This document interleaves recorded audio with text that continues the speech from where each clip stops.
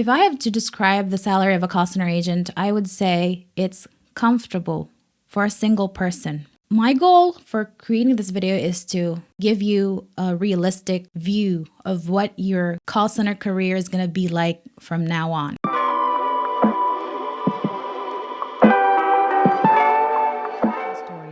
I was 20 years old when I started working in the call center industry. That was 2013, 10 years ago. And I remember that when I first received my paycheck, I felt incredibly rich. It's not to brag about the salary of a call center agent because trust me, it definitely could be better. But if you were in my shoes in 2013, you would understand why. Prior to call center, I worked in a mall in Davao City for 220 pesos a day. And I know there's such a thing as inflation, and that was 10 years ago. But I'm telling you, at that time, 220 pesos a day was definitely not enough. So when I received my first paycheck, to me, it felt like winning the lottery.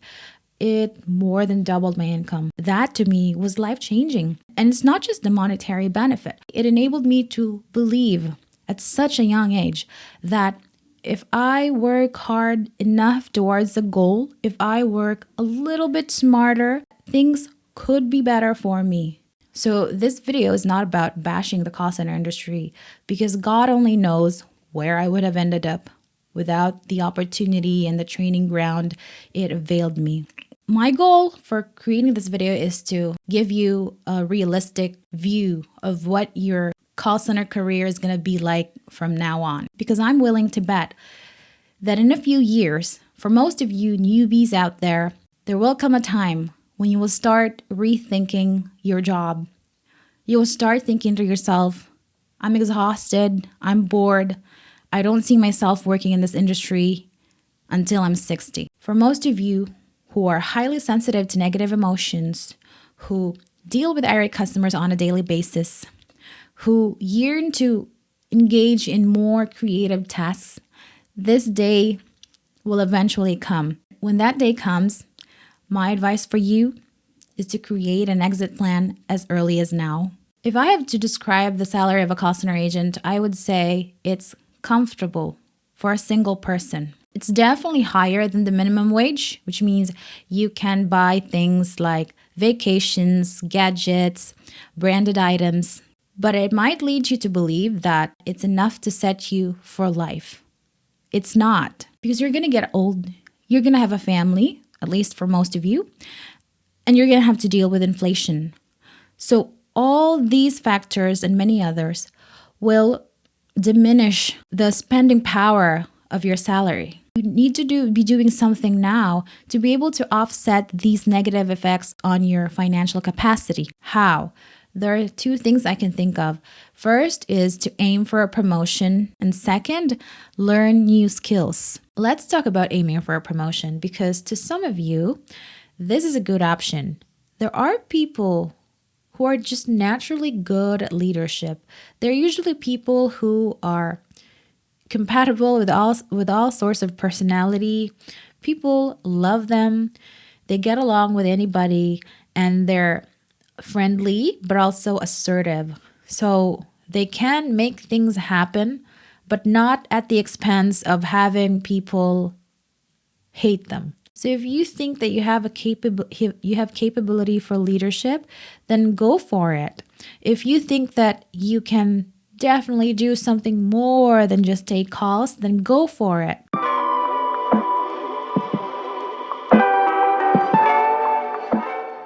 I don't know if this is a Filipino thing, but I definitely noticed this where, we know in ourselves that we have the ability to do something, we have specific talents, but we try to downplay them because we're scared of being called mayabang or hambogero, hambogera.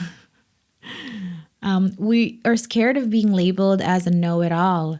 And so we just kind of wait for the compliments. And when those compliments actually come, we try to downplay them. Timidity doesn't really serve us.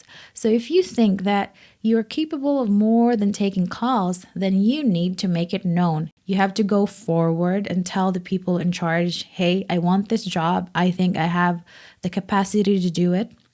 and I want this job. Don't wait to be recommended. The only reason that I became a QA was not because I went forward and told them my intention of getting that promotion. No.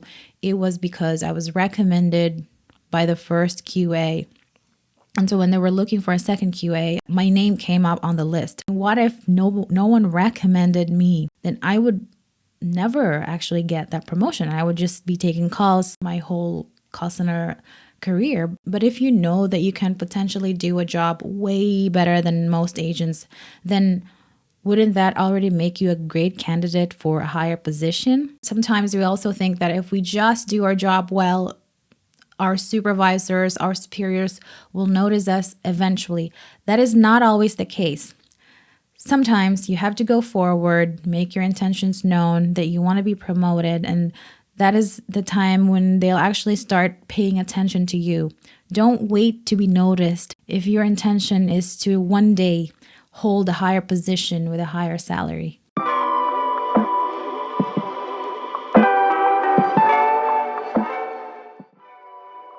So now let's talk about learning new skills.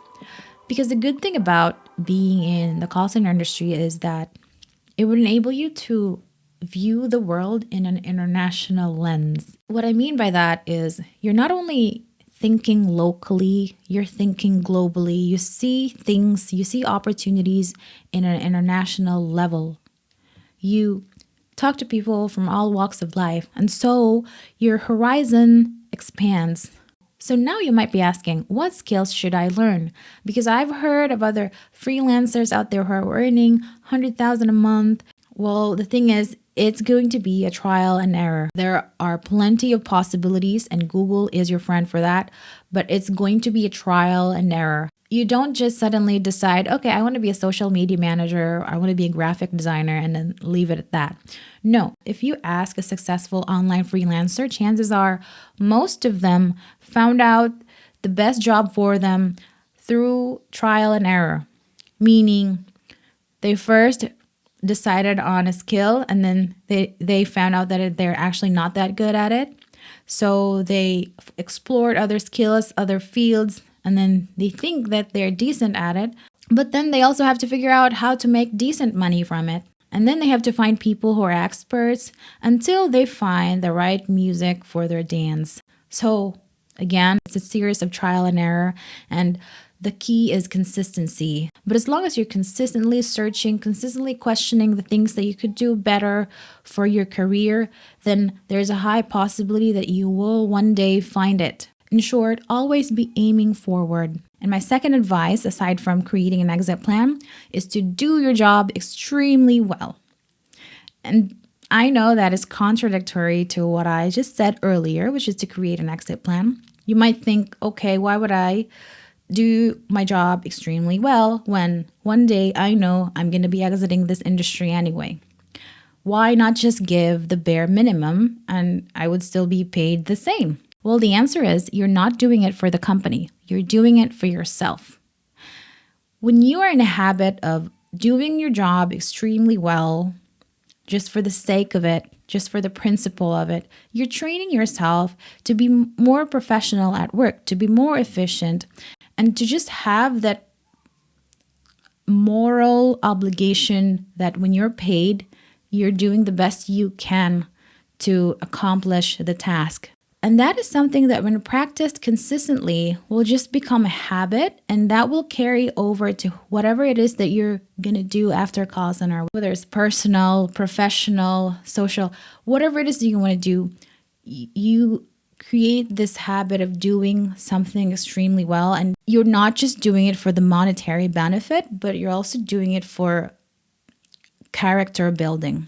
You're definitely going to hate the call center life eventually. And at times it could be toxic. But, hardships are sometimes necessary for you to toughen up in the real world. Because it's definitely not all roses. You have to experience hardships. And through those hardships, you're able to build yourself a stronger you, professionally or personally. And so when it's time to exit the industry, you will have developed the character, the toughness to deal with whatever hardships that you're going to be encountering in the future, whether it's business, career, or school. You can do it way better than when you first started. And it'll just make your life easier wherever you go. And I don't know about you, but to me, when I know that I'm giving my all, I'm doing the best I can, it does bring me some joy and it does make me feel some level of satisfaction. And I think that's something you should aspire to in a job that's generally considered soul sucking. You won't just be seeing the negative, but also the positive of it. You're not just going to be dissatisfied, but there's also a part of you that feels that you are killing it. A feeling that I just cannot have when I'm only thinking about the monetary benefit. It gives me a sense of purpose, and I think that is a positive thing in a job that's generally considered soul sucking. It trains you to see the positive side of things, even in a negative situation. So I hope that this video is not going to discourage you from continuing your call center job. There are situations when it just doesn't make sense to enter this industry if you have better things going on for you. But if you were like me 10 years ago in a job where I could barely afford my rent, then and if you believe that this is the best workplace for you in your current situation, then go for it. It will not be easy, as you probably already heard many times, but there are benefits. And if you can do it, you will come out a stronger person and more capable. So thank you so much for watching. I hope this helps.